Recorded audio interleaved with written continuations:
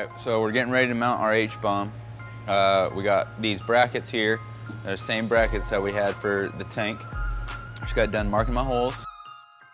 Board track racing, it was an extreme sport, you know, and that's what I'm into. I'm into extreme sports, skateboarding, snowboarding, motorcycle riding. Those guys back then, I mean, the reason it got banned was people were going too crazy and people were dying. It was an extreme sport. Roll the H-bomb out, put my bungs in, mount it up so I can mark my bottom holes also.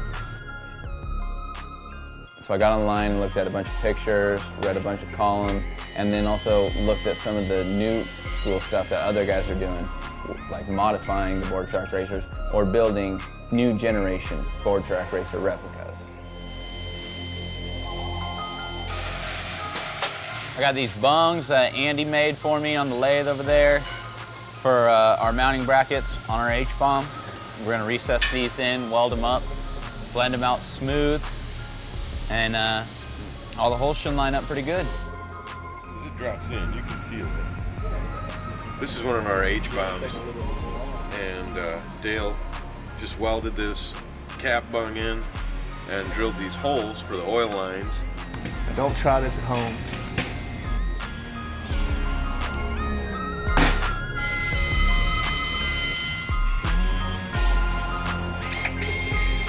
Out of these three, one's the vent, one's the return, and one's the feed line. So I'll have to run this vent line, and then the return line will have a tube that'll bring it up just a little bit lower than that vent. Kind of the basics of what I'm doing right now. All right, so we're gonna start working on the exhaust right now. We got a lot going on back here in the back for this rear cylinder exhaust. We have our mid controls mounting up right here, and we have our oil lines coming into the oil pump right here. Now what we're trying to do is run our pipe down in between the tranny and the motor, running it underneath the bike and coming out the back like our Triumph. On our pan head here, we have one exhaust port here coming out the side and one exhaust port coming out the front.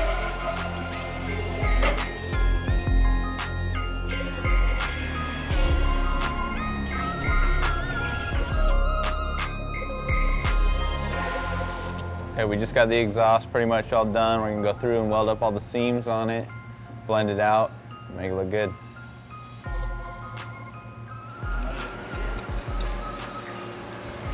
We got the motor mount, and it also is the jockey pivot. We could use a conventional style motor mount, but we didn't want to. We want to do something cool. So in order to do that, on this first bend, we had to notch the tank out specifically for the motor mount. So we had to go around where the tank came back down right here.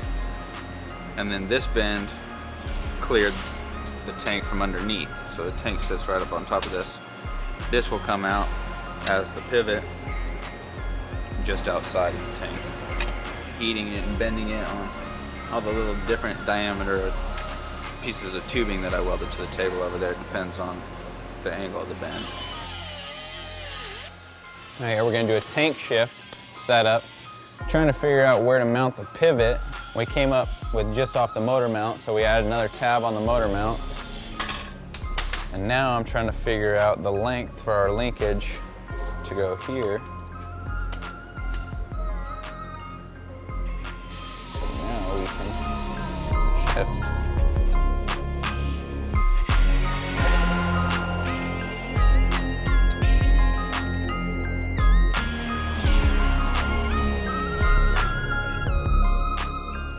Big wheels keep on turning.